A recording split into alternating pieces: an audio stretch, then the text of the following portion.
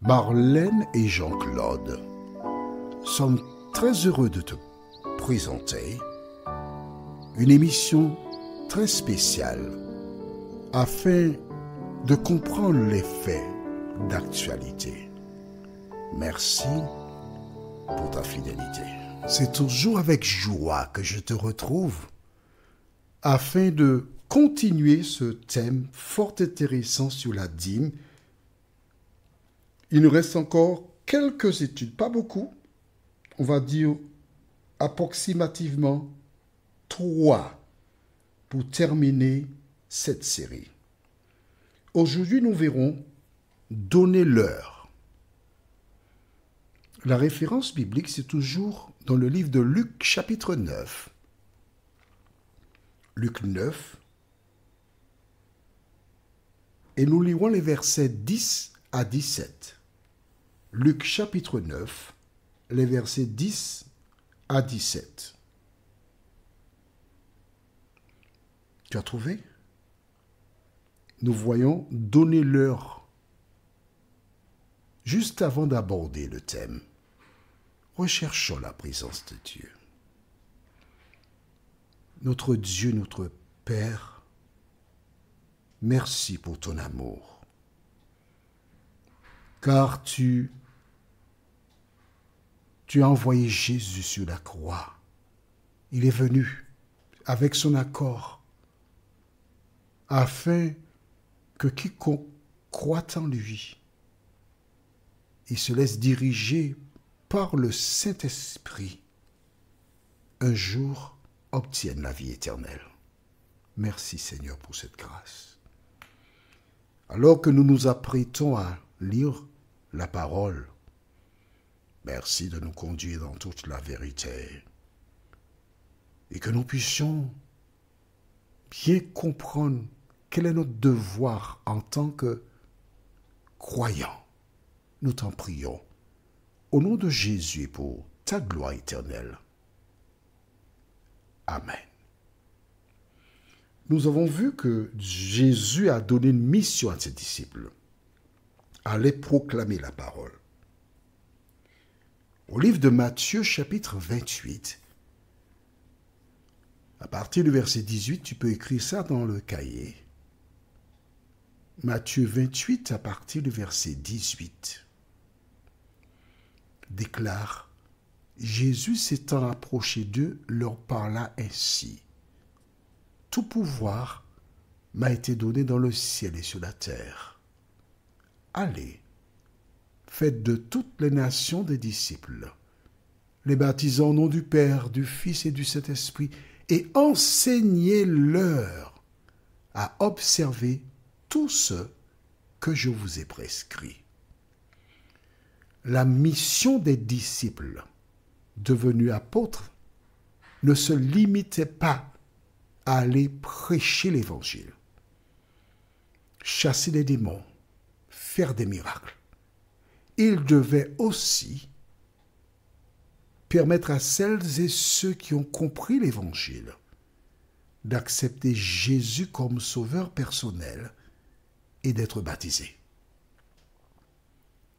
Maintenant, une fois que le baptême est achevé, alors que je te dise que la condition pour baptiser quelqu'un, note dans le cahier, Marc 16, verset 16. Marc chapitre 16, le verset 16.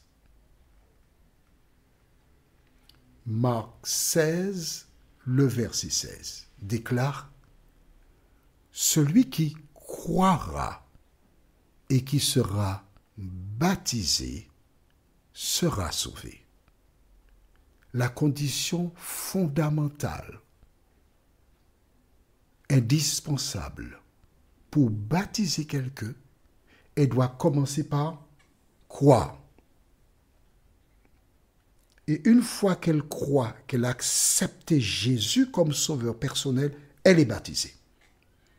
Elle n'est pas baptisée, et puis ensuite, pourquoi? C'est pas possible. Tu ne peux pas te faire baptiser, et puis après tu vas croire, mais tu t'es baptisé pourquoi? Ah, on ne m'a pas encore expliqué, je comprendrai quand je serai plus grand. Ceci est anti-biblique. Mais une fois le baptême, achevé, la Bible déclare « et enseignez-leur ». Si quelqu'un te baptise et après le baptême, il ne te donne pas l'enseignement, cette personne est un hors-la-loi, car l'enseignement est obligatoire. La référence du jour, c'est donc Luc 9, et nous lisons à partir du verset 10 jusqu'au verset 17. Lisons. À leur retour, les apôtres racontèrent à Jésus tout ce qu'ils avaient fait. Il les prit avec lui et se retira à l'écart du côté d'une ville appelée Bethsaïda. Mais les gens l'apprirent et le suivirent. Jésus les accueillit, il leur parlait du royaume de Dieu et il guérissait ceux qui en avaient besoin. Comme le jour commençait à baisser, les 12 s'approchèrent et lui dirent « Renvoie la foule, afin qu'elle aille dans les villages et dans les campagnes des environs pour se loger et pour trouver de quoi manger. Car nous sommes ici dans un endroit désert. » Mais Jésus leur dit « Donnez-leur vous-même à manger. » Ils répondirent « Nous n'avons pas plus de 5 pains et 2 poissons, à moins d'aller nous-mêmes acheter des vivres pour tout ce peuple. » En effet, il y avait environ 5000 hommes. Jésus dit à ses disciples, « Faites-les asseoir par groupe de 50. » C'est ce qu'ils firent, et tout le monde s'assit. Jésus prit les 5 pains et les 2 poissons, leva les yeux vers le ciel et les bénit, puis il les rompit et les donna aux disciples afin qu'ils les distribuent à la foule. Tous mangèrent et furent rassasiés, et l'on emporta 12 paniers pleins de morceaux qui restaient. Alors, qu'est-ce que la Bible nous dit? Il y a du monde. Hein? Quand on te dit 5000 hommes, généralement, dans le domaine religieux, quand tu as un homme, tu as au moins 5 femmes. Donc, quand on parle de 5000 hommes, on pourrait aller sans crainte de se tromper aux alentours de 20 000 femmes, minimum, pour ne pas dire 25 000 femmes. Sans compter qu'il y a des enfants. On va compter donc 2 enfants par couple maximum. Donc, ça fait donc 25 par 2, ça te donne quoi? 50 000. Une foule importante. Nous n'étions pas là, donc on ne va pas aller continuer pour dire qu'il y avait beaucoup. Mais ce qui est intéressant et important, c'est que ces personnes sont là. Et les disciples, ils réfléchissent en tant qu'humains. Ils n'ont pas les moyens, il se fait tard, les gens ont faim, on ne peut pas les garder comme cela. Souvent dans des églises, quand on passe, on voit qu'elles sont clairsemées. Il n'y a pas beaucoup de personnes. Mais là, le contenu du message de Jésus, c'était si profond, si riche. Et dans d'autres versions, on voit que les gens étaient là depuis 3 jours, sans manger. Pourquoi? Parce que le contenu du message répondait à leurs attentes et à leurs besoins. Aujourd'hui, si tu te dis, pasteur, et tu te trouves dans une assemblée et des membres dorment, d'autres s'en vont, et il y a un tel courant d'air parce qu'il n'y a presque personne, revois ta copie.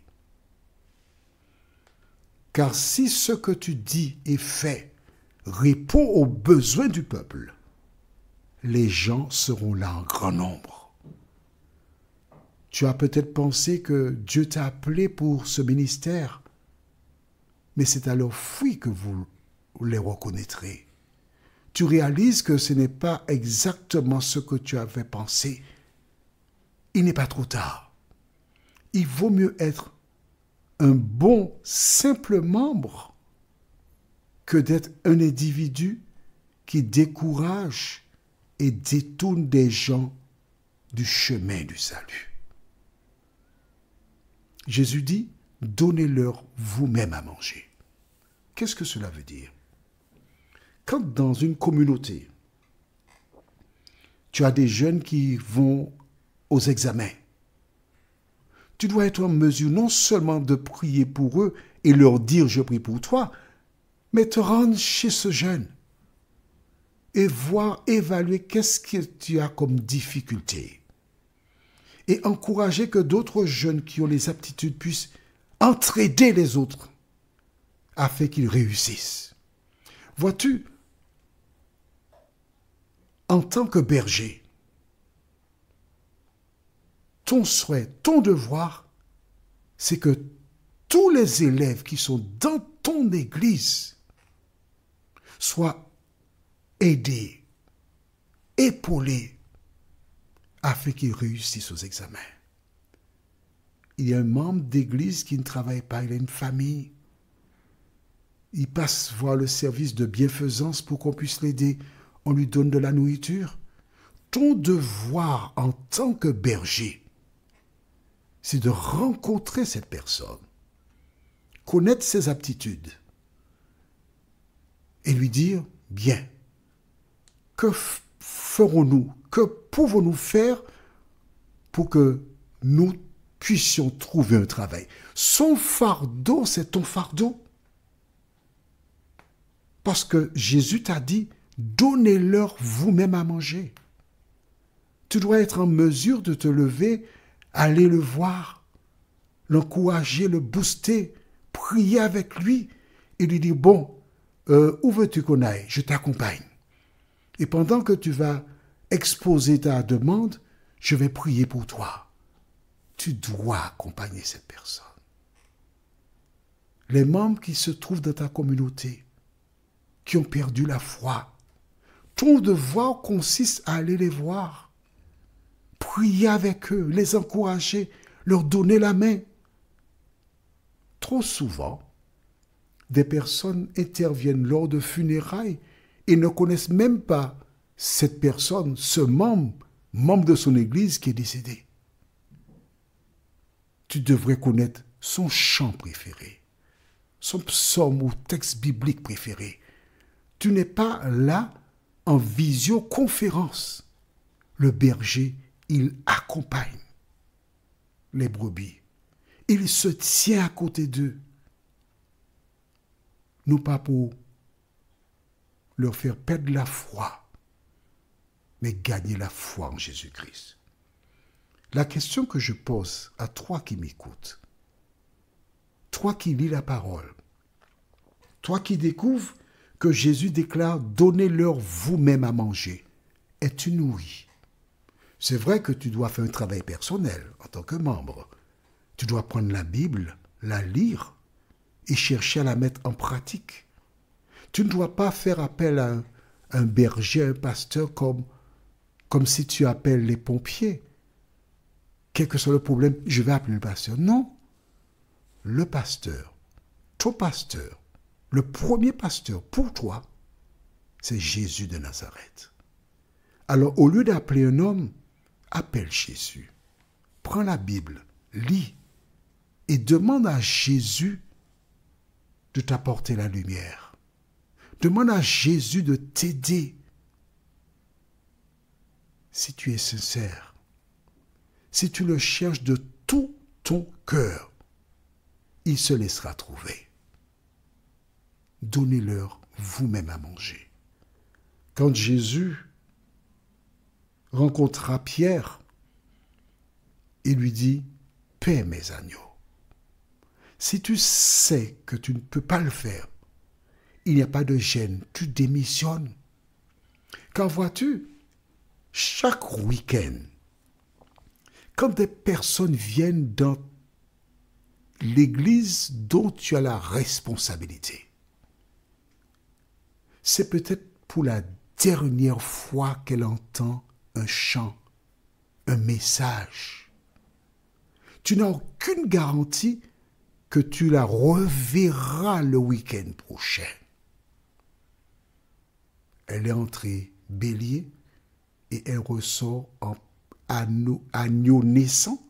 C'est-à-dire qu'elle est entrée avec un minimum, mais ce que tu as donné était tellement minime que tu ne l'as pas aidé à faire la paix avec Dieu.